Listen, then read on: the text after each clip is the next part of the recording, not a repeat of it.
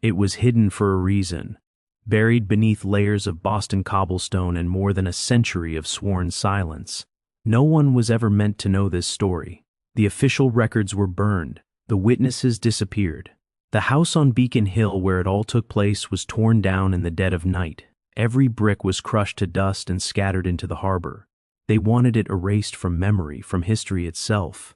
But some truths grow roots. They seep through the soil of time, staining the present with questions that were never meant to be asked.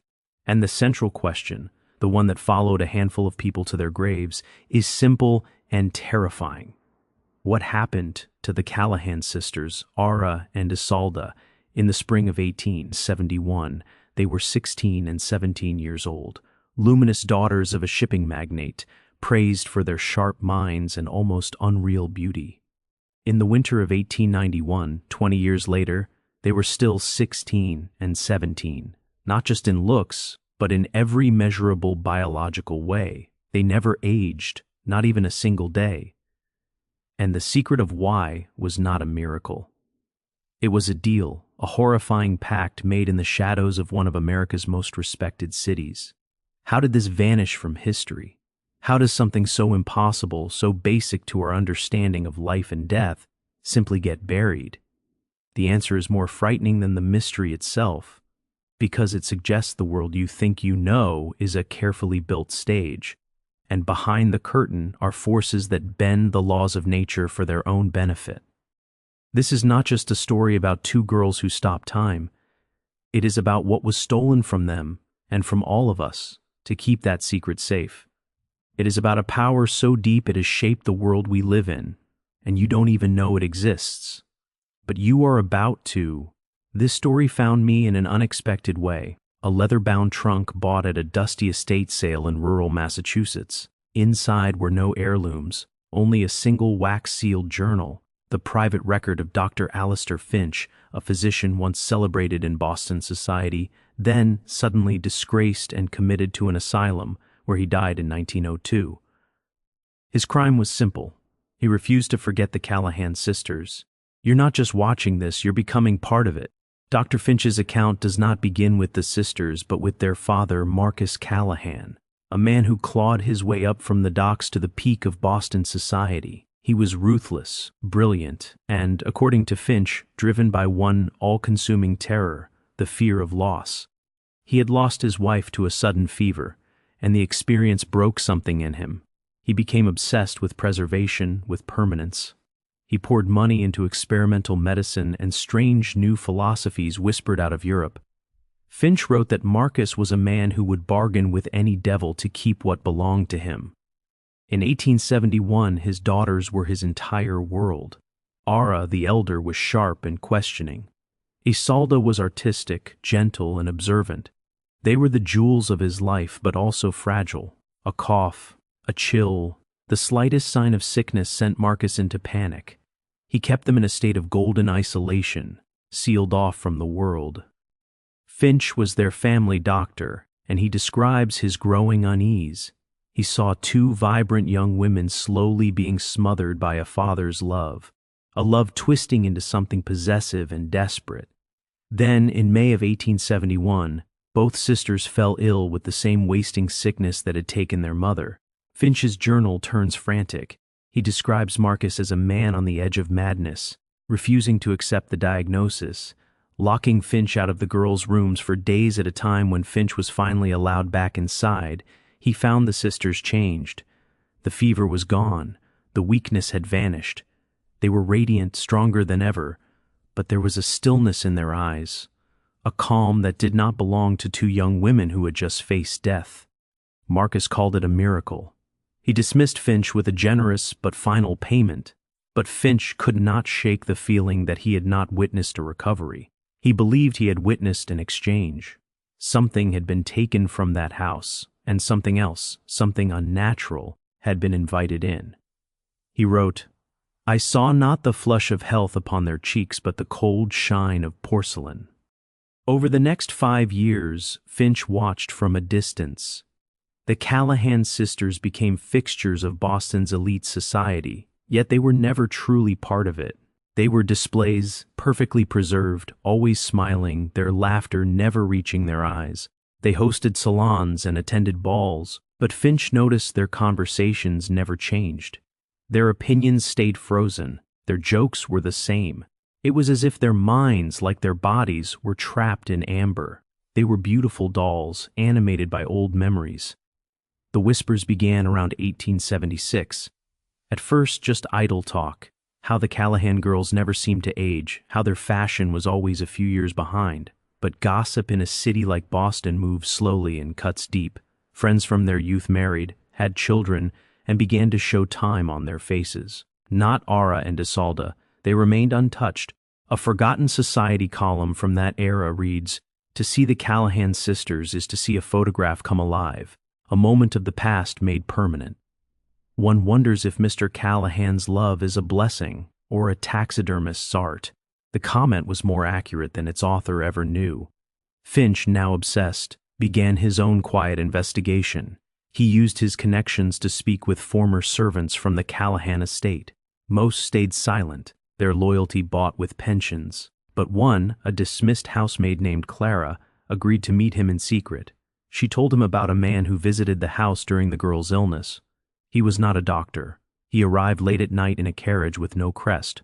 She described him as tall, unnaturally thin, with eyes that never blinked. He carried a locked iron box and met with Marcus for hours in the study. After the man left, Clara said the house felt cold, permanently cold. She also said that after their recovery, the sisters would sometimes stop completely. Standing in a hallway, sitting in a chair, unmoving for an hour or more, as if waiting for instructions. Clara's words lit a fire in Finch's mind. The unblinking man, the iron box. This was no miracle, it was a process. Finch plunged into the city's underworld, into circles of occultists, frauds, and back-alley physicians who served the desperate rich. His journal from this time descends into darkness.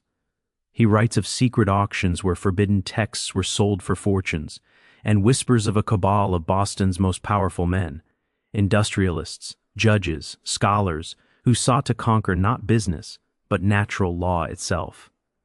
They called themselves the Stygian Fellowship. Their goal was nothing less than stopping time.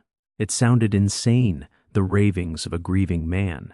But Finch was careful. He compared names, dates, and money trails. He discovered that a small elite group, Marcus Callahan among them, had been funneling enormous sums into a front organization called the Boston Society for Chronological Study. On the surface, it was a respectable academic group. Finch believed its true purpose was far darker. They were not studying time, they were trying to control it. Every man in this inner circle had suffered a terrible loss, often a wife or a child. They were bound not by greed, but by a shared terror of death. Finch wrote, "They speak of progress and enlightenment, but their path leads back to the oldest, darkest magic. They seek the power of gods with the hearts of frightened children willing to, sacrifice anything to keep their toys from breaking." By 1881, 10 years had passed since the sisters' recovery. They should have been women in their late 20s. Instead, they still lived in teenage bodies. What was once curious became disturbing. Society began to recoil. Invitations faded. The Callahan house became a place of rumor and dread. It was no longer a home. It was a museum. Finch arranged a meeting with Ara under the excuse of a social visit. He needed to see her. He found her in the conservatory, surrounded by plants that had grown and died many times while she remained unchanged. Her skin, he wrote, glowed like polished stone, but felt just as cold. Her eyes were bright, but the mind behind them was a recording. She spoke of a concert she attended last week. Finch knew the concert had occurred in 1872. He asked her about the future, about dreams. She looked at him calmly and said, "The future is today, Dr. Finch. It is always today."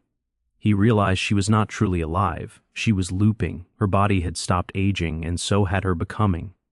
As he left, she slipped a folded paper into his hand. For a brief moment, terror broke through her calm. "He watches," she whispered. "He always watches." On the paper was a drawing, a serpent eating its own tail. Inside the circle, a lotus flower being slowly crushed, infinity strangling life. It was a message, a plea from a soul trapped in a perfect cage. The symbol consumed Finch. After months of searching, he found it in a rare, privately printed book bound in human skin, the Somnus Infinitum, or the Endless Sleep. It was not magic as theater, but a grim manual of biological manipulation. It described a sphere, where the life force of one being could hold another in perfect stasis, not immortality. Permanence, the cost was monstrous. To make one life permanent, another had to be consumed. The process required a constant source, a vessel. The book called it the Withered Prince. The source had to be living, rich in vitality. The serpent was the loop. The lotus was the life being drained. The sisters were not frozen by chance. They were the end point of a biological circuit. And suddenly, the disappearances in Boston's poorest districts took on new meaning. Young, healthy people vanished without trace. Finch realized he was staring into something vast. This was a machine built of flesh. His search led him to a private sanatorium on the edge of Boston, funded by anonymous donors, the Brooklyn Asylum for the chronically afflicted. Finch entered using forged papers. The director, Dr. Silas Croft, showed him spotless halls and silent rooms. Patients were hidden behind screens for dignity. Finch knew it was to hide their faces. He stole a patient list. One name froze his blood: Thomas Callahan. Marcus's firstborn son, believed dead years before the sisters were born, but he had not died, he had been hidden. That night, Finch broke into Thomas's room. Thomas was alive, barely, ancient in the body of a child, skin like paper, breath a whisper. Tubes and wires connected him to a humming machine filled with glowing fluid. His eyes were open, old, aware, filled with endless pain.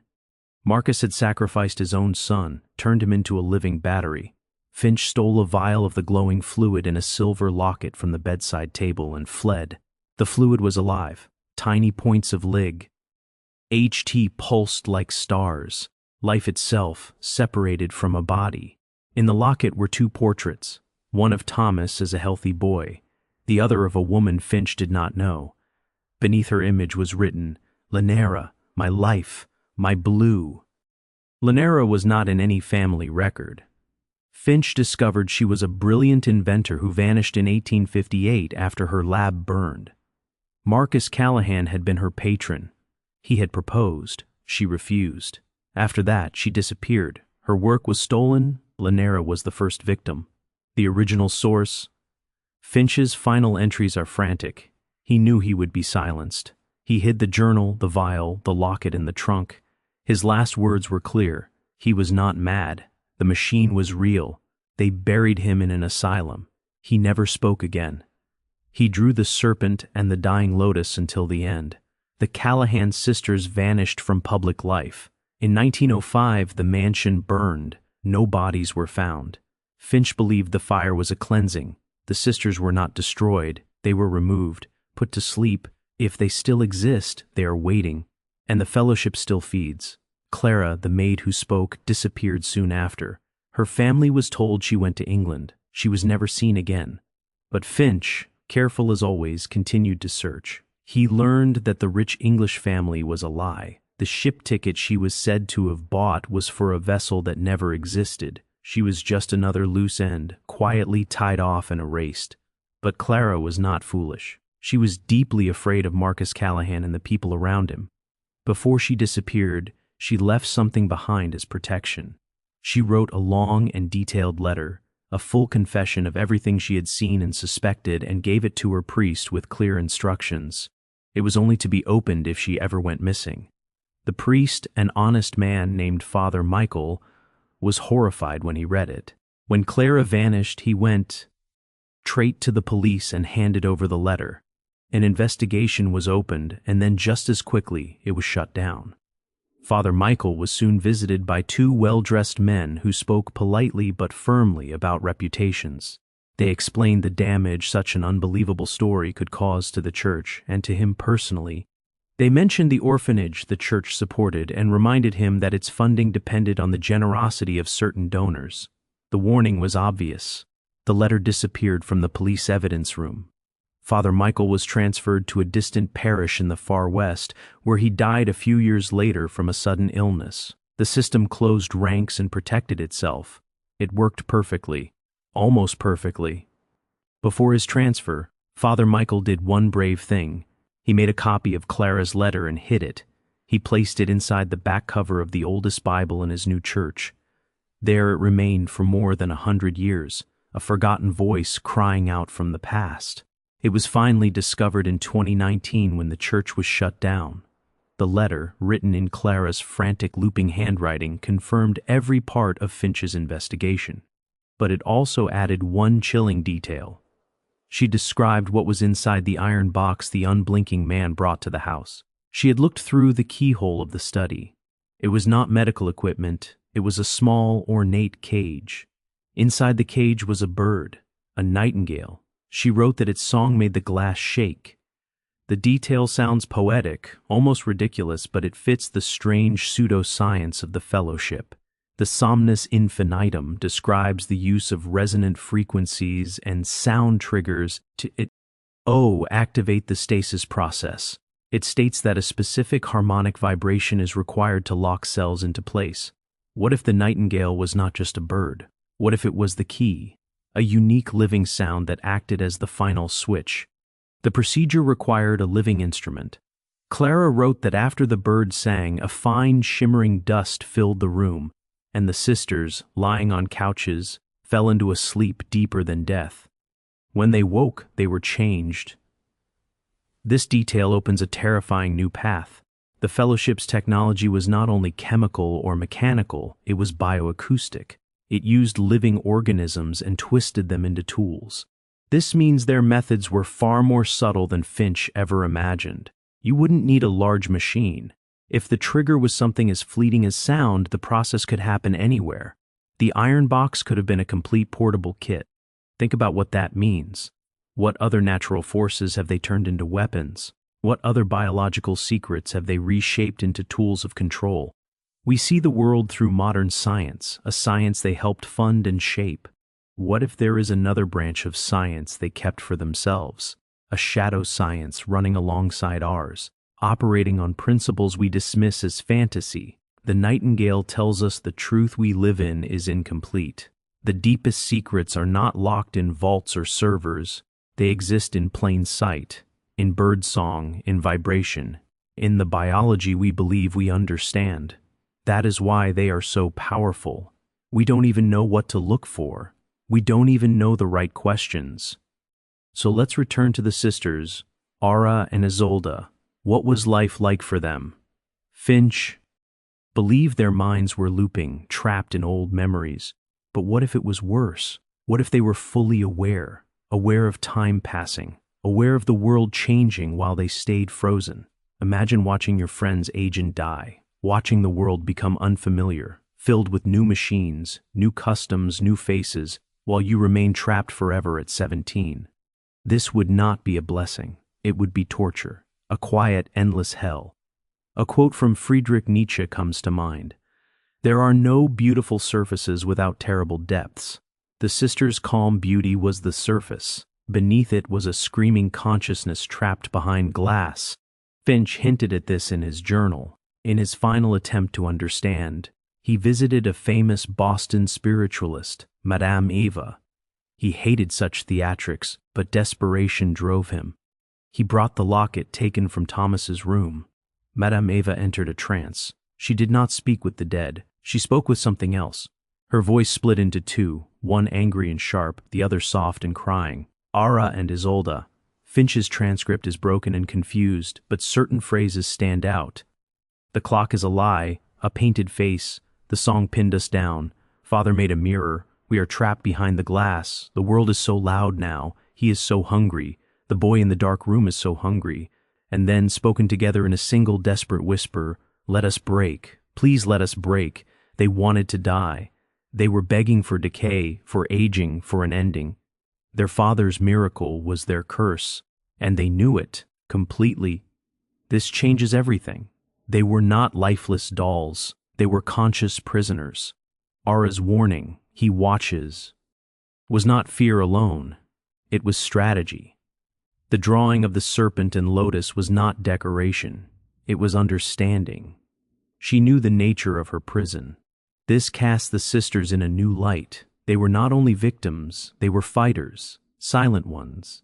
Clara's letter supports this. She wrote that after the transformation, the sisters developed a secret language of gestures and glances.